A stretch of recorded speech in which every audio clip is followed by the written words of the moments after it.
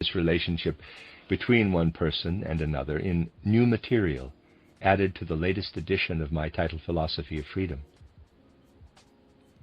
Besides perceiving our own I, albeit negatively as I have described, we also perceive the I of another person.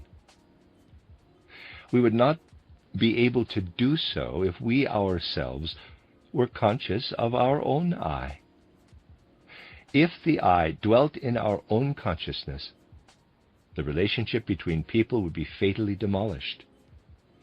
We would pass through the world and would only ever have I, and I in our mind, in our world of sense perceptions and thoughts.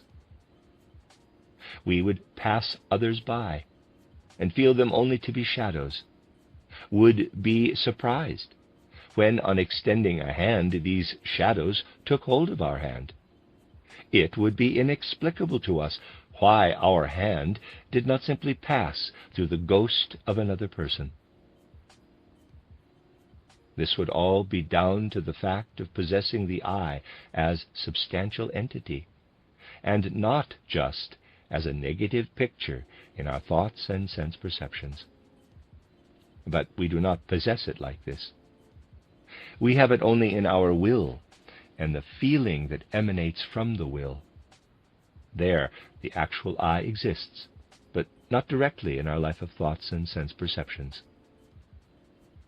In perceiving another person, we actually perceive him through our will. Those who regard themselves as philosophers today quite often entertain the crazy notion that in meeting another person, we encounter a pattern of forms. Up above his hair, then a forehead, a nose, a mouth, and so on. Since we have often seen ourselves in the mirror, we know that he looks like we do, and since we have an I, we conclude, by analogy, that the other person also possesses one. This is preposterous, complete nonsense. In fact, we perceive the other person's I exactly as we perceive our own, albeit negatively. And precisely because our I is not in our mind, our consciousness, but outside it, like will also, we can transpose ourselves into the other person's I. If the I dwelt within our conscious mind, we would not be able to do this, and would perceive the other only as a shadowy existence. Now, how does the perception of the other person occur? A very complex process occurs here. We meet another person, and he commands our attention in some way, and very briefly lulls us asleep. He hypnotizes us, lulls us asleep for a very brief moment. Consequently, our sense of our humanhood is very briefly lulled asleep. We defend ourselves against this and assert our personality. This is like the swing of a pendulum, sleeping into the other, awakening in ourselves, sleeping into the other again, awakening in ourselves. And this complex process of oscillation between falling asleep in the other and awakening in ourselves is what happens when we meet someone. This is a process in our will. But we do not perceive it because we do not perceive our will at all. But this vibrating back and forth nevertheless occurs, as I describe in my title, Philosophy of Freedom. In this oscillation between falling asleep in the other and awakening in ourselves, we have the archetypal element, in a sense the nucleus of social community between people. This is the Ur element of social interaction and interplay. This original element, and thus also all the complex forms of social interplay, therefore dwell in the part of our being that sleeps even when we are awake. The life of society is essentially, at most, a dreaming entity in our waking experience, not fully awake. And this is why it is so hard to grasp social dynamics in ordinary life, since they do not unfold in a fully waking state, but in a life of dream. And since in order to maintain ourselves within ourselves, we must continually defend ourselves against social instincts, against empathy with the other. Now, just consider how complicated it makes our life to enter into relationships with all kinds of people that involve repeatedly falling asleep and waking up. One person is of one kind, another of another. We fall asleep in the other, and this sleep partakes of the other's nature. We are subsumed by him as we fall asleep in him. If you imagine you have been speaking to various people, for instance, during our break in proceedings here, then you must recognize that you slept into all of them, and having awoken again from them, something of them is in turn always within you. Thus, you imbibe something of the being of each of these other people. All this vibrates between you, swells between one person and the other. Basically, it is a dim, dark element that reigns in this social interplay between people. And our modern consciousness does not partake in much of this social feeling that weaves and swells between one person and another. The task we have today in the modern world, as you can see from various reflections of ours, is gradually to emerge from the old blood relationships and raise ourselves to an understanding of the dim, obscure weft of social relationships. It is one of the most important missions of our era to gain insight into this weft and swell of personal interactions. What I have called the, quote, threefolding of the social organism, close quote, basically refers only to a pattern of human community in which the human being gradually might become able, after a number of generations, to take up this interweaving between people with true understanding. Such understanding can only arise if the life of rights and the life of spirit and culture come to exist autonomously alongside economic life. And especially if the life of spirit can stand in complete freedom beside the other two realms of life. To undertake this threefolding of society is the most vital public task for humanity today and in the near future. Only then can humanity survive and develop a truly social inner grasp of human life. In the modern era, since the middle of the 15th century, humanity has begun to develop this understanding. It is difficult today only because the divine spiritual powers are for the first time calling upon human consciousness. All progress made hitherto was brought about more or less unconsciously. What we first need to do now is to work consciously to create a social structure. Old social structures emerged from blood ties, from the nuclear and extended family, the tribe, the class, and so on. And these expanded to become nations. Today, humanity flounders about in nationhood because people wrongly believe they can still perceive these old forms and contexts. In fact, we have long superseded them, and the need has long since arisen to develop different forms of social community from those embodied in ties of blood and race. I said to you that the first stage on this journey toward social understanding, necessary today and in the near future, was heralded by the dominance of economic man since the Reformation. I pointed out that in ancient times the initiate held sway, later giving way to the priest, and how, since the mid-15th century, economic man has become dominant. Since the Reformation, those who previously wore cloaks of purple and pulled the strings of power became the puppets of Homo economicus, if they wished to rule. In truth, since the middle of the 15th century, economists have ruled, the figures who took care of the economies of diverse regions of the earth. Although others were the titular rulers, they were so in name only, and governments were really entirely pervaded by economic principles. Of course, people don't like speaking about everything since the Reformation being done from an economic perspective.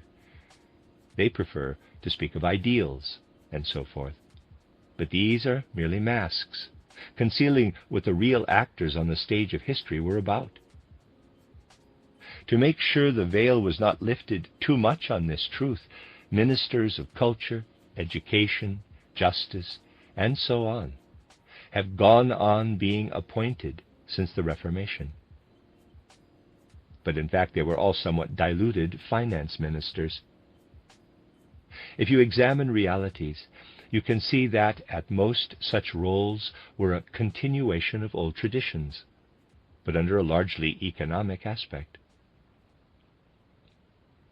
In this context, the Catholic Church knew how to be very contemporary, precisely in the era of the Reformation. It ensured that progress was entirely in accord with the new economic principles. To illustrate this, we need only consider one among many facts.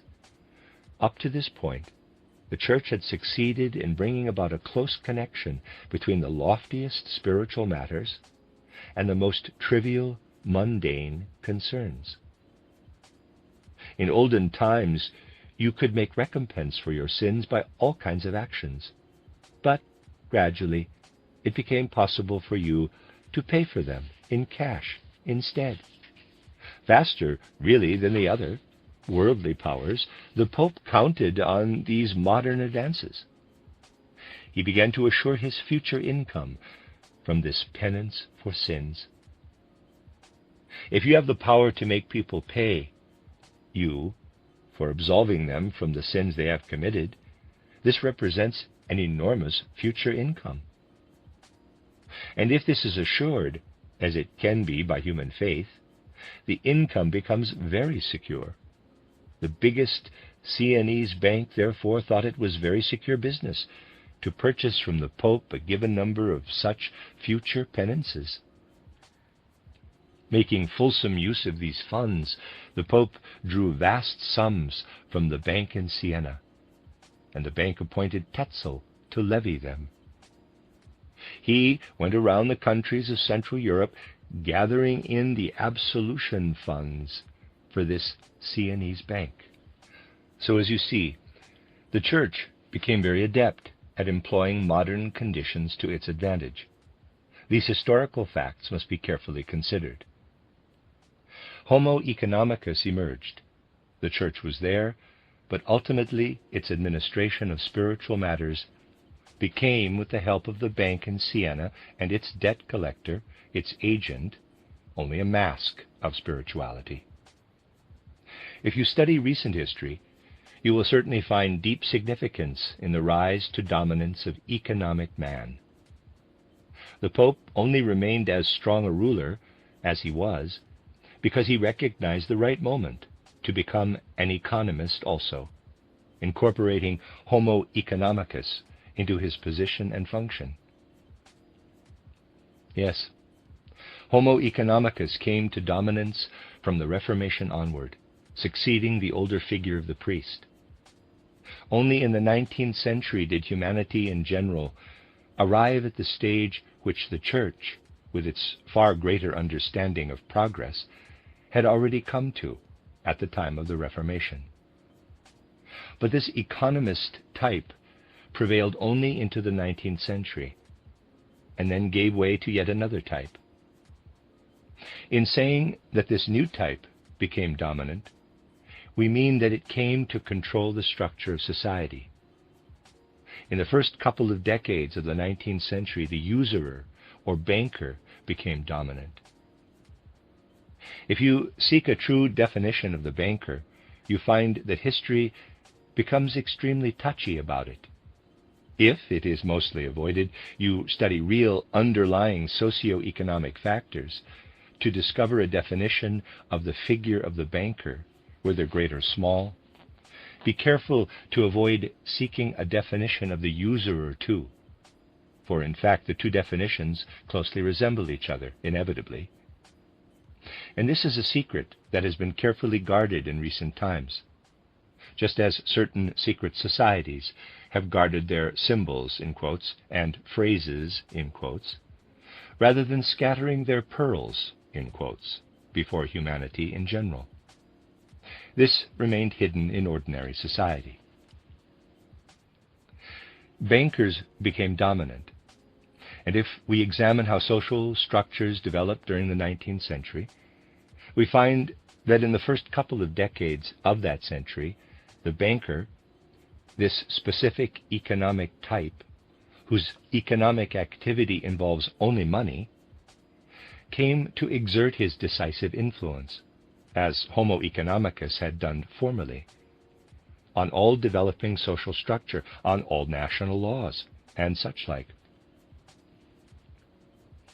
It is very important to understand these circumstances, that Homo economicus ruled from the Reformation onward, that the banker type becomes dominant from the start of the 19th century. And we cannot understand public life in the civilized world in recent times if we do not see in it the history of the dominance of banking. Toward the end of the 19th century, there arose what I already spoke of in 1908 in my lecture series in Nuremberg. In the first half of the 19th century, and a little way on into the second half, the owner or bearer of money was dominant as an individual. But then this principle of dominance changed so that money itself became dominant. In the first half of the 19th century, individuals were dominant as bankers. If you recall, I gave an example to illustrate this. I told you how the King of France once sought to, in quotes, tap money from Mr. Rothschild in Paris. Now, if Rothschild is going to be tapped for funds by the King of France, this tells us, doesn't it, who is really in charge? Kings don't, of course, do their own tapping of funds directly. The king sent his minister, finance minister, as this kind of minister of economic affairs is known, who arrived when Rothschild was just busy with a leather dealer. Rothschild's servant told the envoy from the King of France to wait in the anteroom. The finance minister of the French king regarded this as highly unusual. To be kept waiting while Rothschild talked to a leather dealer? He should wait? No, thank you. Instead of waiting, he pulled open the doors himself and announced that he was there in the name of the King of France. Quote, "Do take a seat a moment," close quote, said Rothschild. The minister could not begin to comprehend such treatment. Quote, "But I am the envoy of the King of France," he said. Quote, "Well, take 2 seats then, but please sit down," close quote. You see, at that time a particular individual banker held sway. But this gradually passed into the reign of shares and banknotes themselves. And gradually we sailed on into the era when individual owners of money are no longer the chief thing, but the abstract accumulation of capital. Someone can be rich today and poor tomorrow. Individuals themselves rise and fall. But the joint stock or public limited company, the abstract corporate, in quotes, person, as I showed in Nuremberg in 1908, became dominant instead. And thus human evolution arrived at an extreme, most outward point. You see, as soon as money itself rules or reigns, as soon as It is the driving engine. The time has arrived when the mere cash figure, money itself, must be succeeded by realities. Now, money is the most spiritual element in the economy. It is the aspect of the economy that can only be comprehended spiritually. And money only has a spiritual value, one that exists solely in human acknowledgement or evaluation. You can eat bread and meat, but not money. If money is recognized, you can acquire useful things by means of it. It has only an inner soul or spiritual value, a conceptual value, a value in thought. And the time has arrived when something must change in evolution, from the purely economic, spiritual value of money to what is really grasped in the spirit. And now the social insights that need to be fostered through threefolding should follow directly from the dominance of the most highly abstract economic entity of money. The darkness and obscurity of social insights amongst people today must give way to illumination. Now imagine, and there's a drawing, that this represents a person from birth to death. The person gains social insight in this first life into the fact that society, social structure, is not founded on the monetary value at work in it, but on social understanding. Then the person passes through the portal of death, passes through the time until his next birth, and then lives from birth to death again. The social insight a person acquires between birth and death also, of course, lies inwardly in him, and above all enters the sleeping will, as I described it yesterday. And it is this that is born through the portal of death. Thus a person bears his social insight into death, and through to the moment of cosmic midnight, bearing it then onward through birth and into his next life on earth.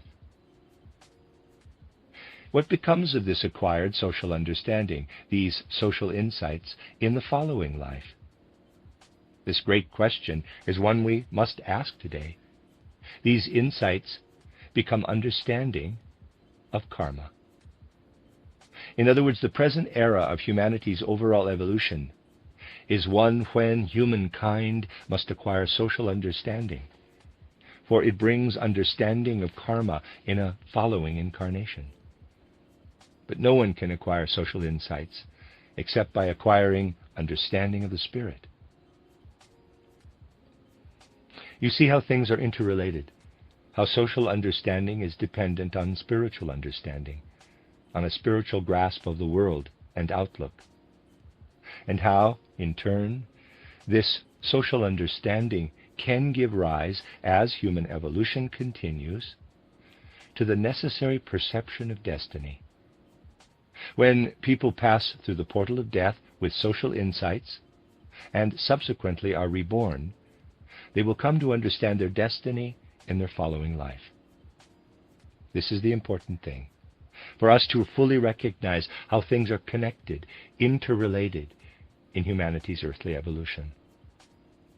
We live in an era when social insights are necessary, and we will be reborn in an era when individuals will understand their destiny. It is truly no abstract impulse to say that social understanding is necessary today, for it is ultimately connected with earthly humanity's inmost evolutionary impulses. This is what I wish to impress on you today, my dear friends. Next time we will speak further of these things. The lectures in Zurich, as you know, the public lecture tomorrow will be held in Basel, have to be postponed for 2 days due to a change of lecture hall. The first lecture will take place on 24 October, and then there will be lectures on 25, 26, 28, 29, and 30 October, and then a eurythmy performance in Zurich on the 31st of October. This means I won't be able to give the lectures here next weekend. For those of you who have the time and inclination for this, therefore, I will continue this series next Thursday at 7:30. The end of Lecture 9. You are listening to rudolfsteineraudio.com. If you are listening to the podcast of this, it is located at rudolfsteiner.podbean.com. Please consider becoming a patron. As well, there are two publishing houses, steinerbooks.org in America and rudolfsteinerpress.com in England, who are the sole publishers of Steiner into English and have given me permission to do these recordings. Please consider patronizing them as well. This is a reading of Collected Works Volume 191 by Rudolf Steiner, entitled Understanding Society Through Spiritual Scientific Knowledge. 15 lectures translated by Matthew Barton. This is Lecture 10, given in Dornach on the 23rd of October 1919. We have spoken from various angles about the relationship between a spiritual scientific worldview and a social outlook. We are discussing these themes because it is so necessary to recognize today that thorough healing of our life and really fruitful developments toward the future are only possible if spiritual scientific ideas enter human thinking and modes of thought. Apart from what I said recently, in relation to a retrospective view of our biography, something else can be said about it too. I pointed out that when we look back on our life so far, we must also be aware that in the ordinary mind, we perceive it only discontinuously, and that states of sleep intervene between these discontinuous parts. These states of sleep are not really included in our review, and we easily succumb to a certain illusion in regard to this. We believe that our life is a continuous thread, but it is not. This life of ours shows us only interrupted episodes. But if we draw on spiritual scientific foundations, we ought to realize that periods unseen in our retrospective review are nevertheless just as much experience as the experiences incorporated into our ordinary mind and memory. Now, the experiences which the human soul always undergoes during sleep are not easy to describe. And this is because we must liberate ourselves from various things belonging to our ordinary outlook and awareness if we are to form any concept at all of what occurs for us in the periods between falling asleep and awakening again. In ordinary life, we live in space and time. When fully asleep, seen now from the perspective of ordinary consciousness, it is true to say that we are living neither in ordinary time nor ordinary space. When we recall what happens to us during sleep, this memory is a kind of shadow image, or we can say a projection of what has been experienced in sleep into the space-time conditions of waking life. But if you wish to study these conditions more precisely, you will have to consider also that the state of sleep is not simply one of rest in contrast to the waking state. In this respect particularly, we are at risk of succumbing to a mistaken judgment based more on preconceptions than on actual seeing. If we regard ordinary waking life as our normal, in quotes, state, we can ask when our sleeping state occurred. This rest is only present really at 2 points: the moment of falling asleep and the moment of awakening. Falling asleep and awakening are, in a sense, 0 points compared to waking consciousness. The state of sleep itself is not a 0 point, but the opposite. Let's take a metaphor for this from mathematics. You can have a sum of money, let us say 50 francs. You have this sum. When you have spent it all, you have nothing. But when you have accrued debts to the tune of 50 francs, you have less than nothing, a negative sum. The 0 point relative to waking life is the moment of falling asleep, and that of reawakening. But the state of sleep itself is a negative condition relative to the ordinary waking state.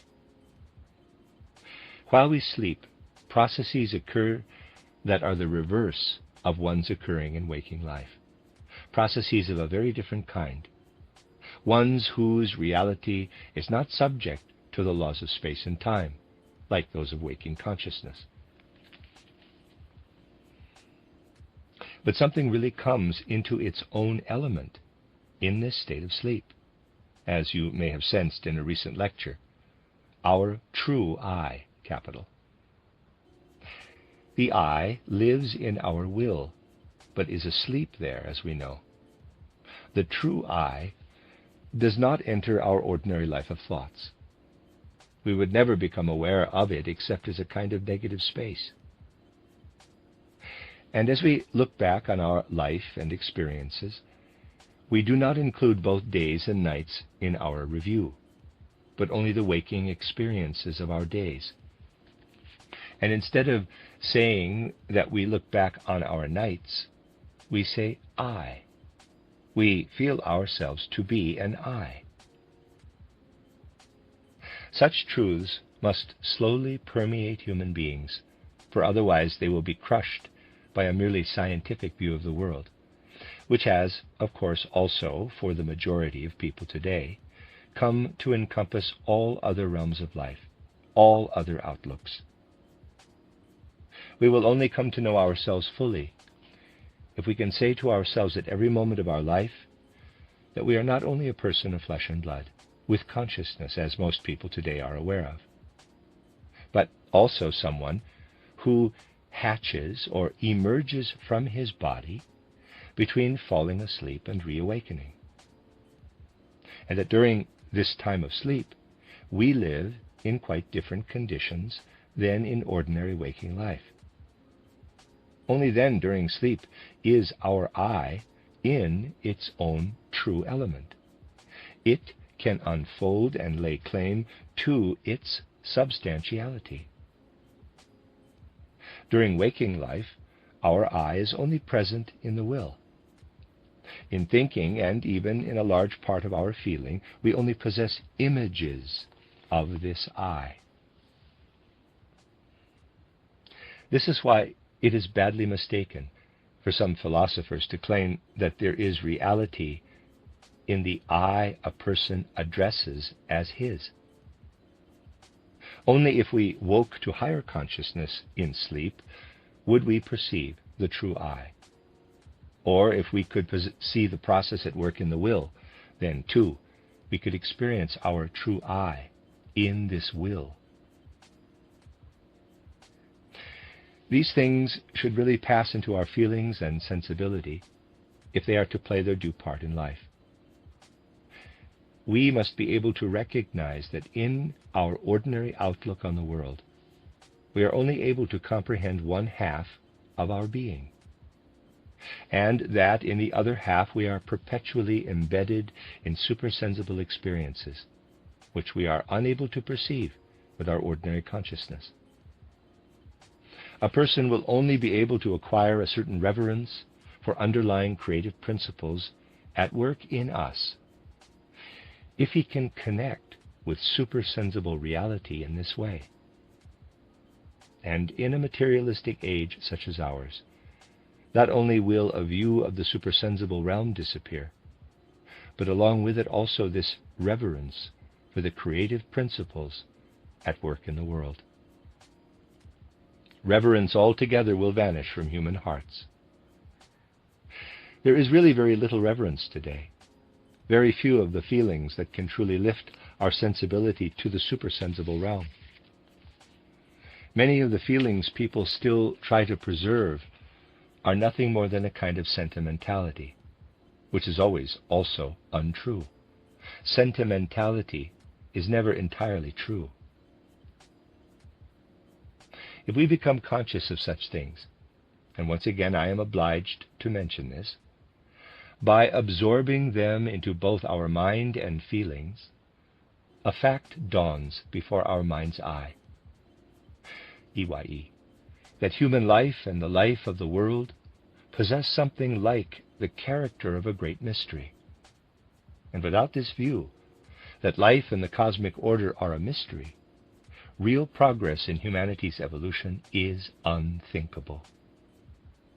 An age like ours, in which no one wishes any longer to believe that life conceals secrets, can basically be only a passing episode.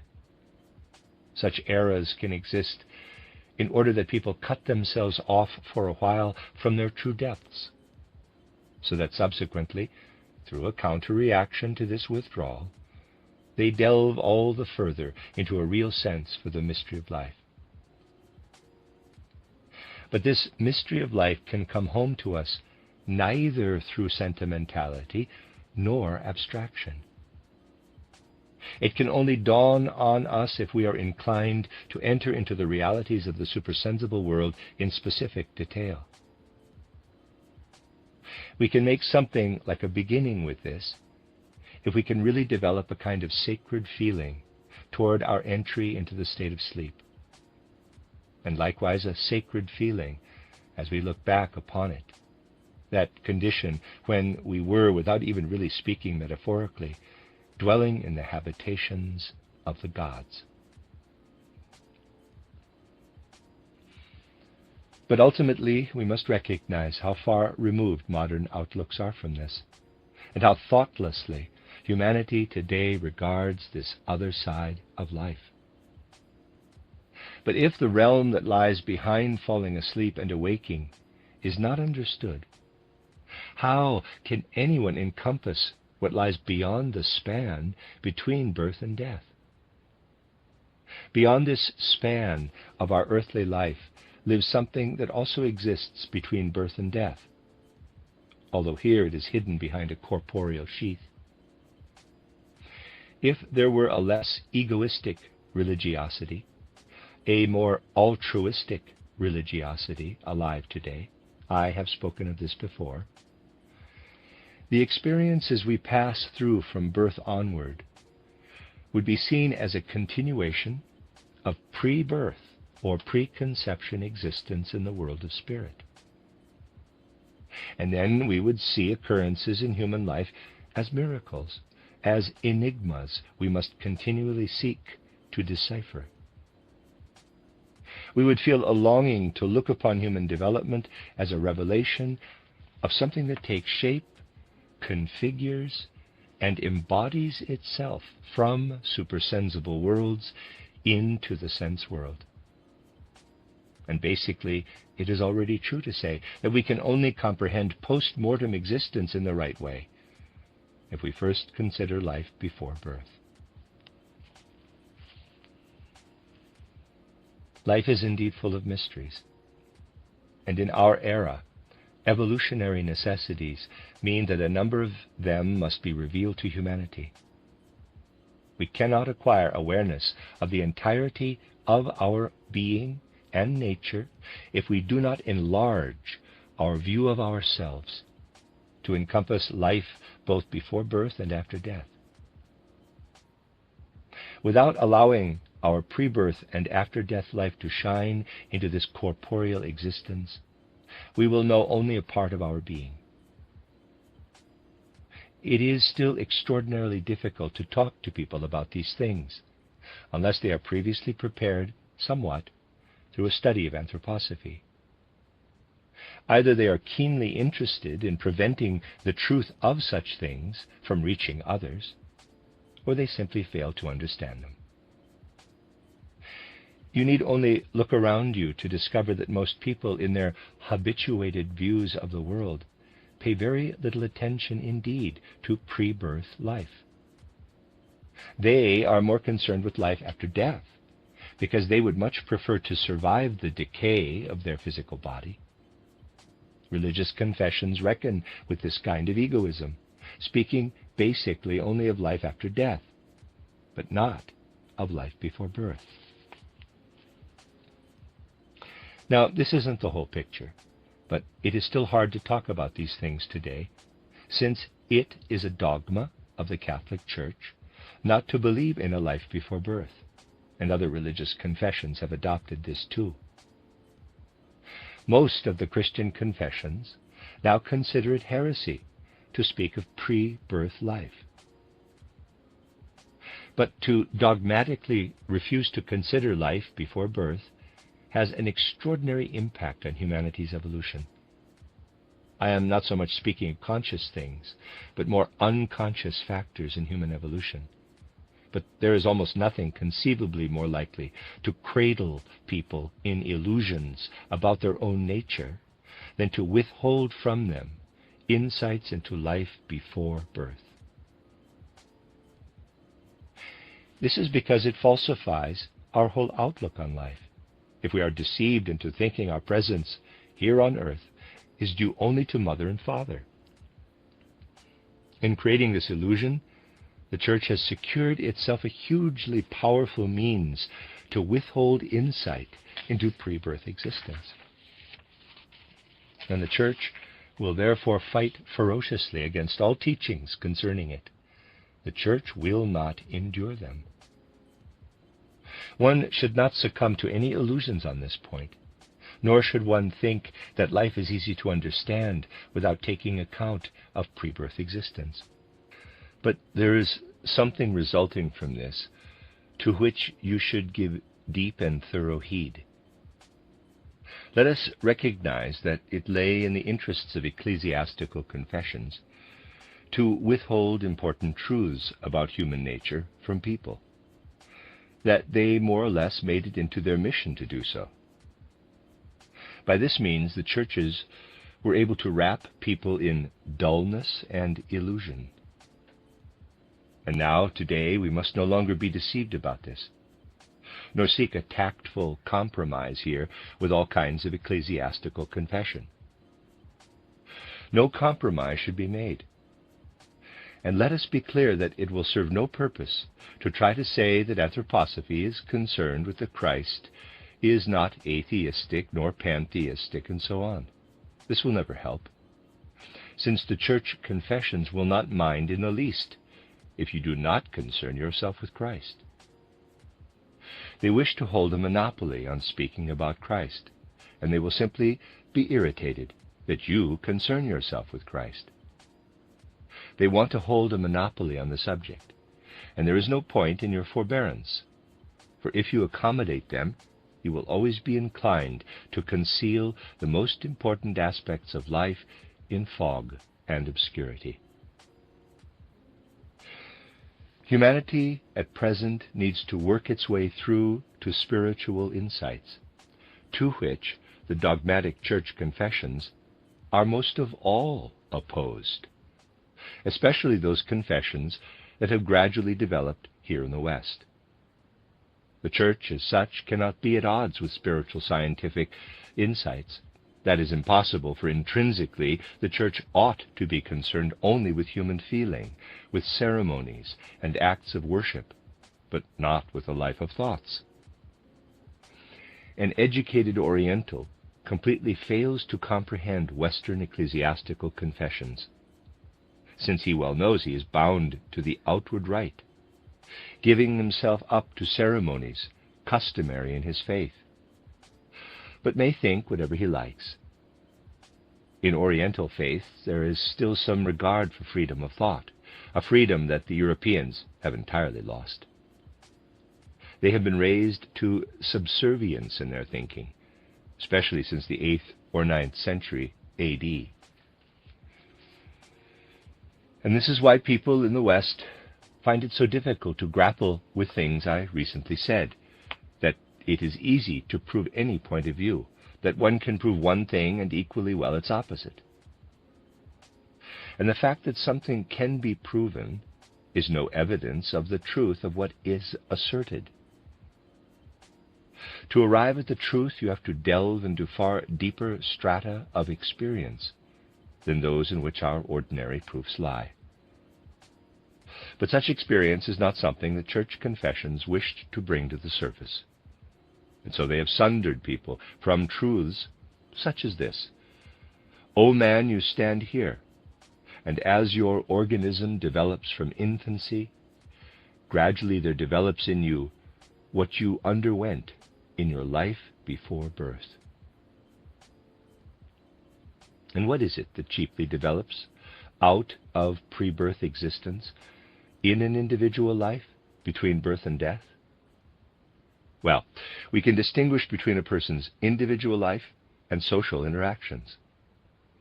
Without keeping these two poles of human experience apart, you cannot actually form any idea of the human being at all. Individual life, what we possess at every moment as our most intrinsically private experience, and social life, what we could not have if we did not continually enter into an exchange of thoughts and into other kinds of interaction with people. Individual and social factors play into human life.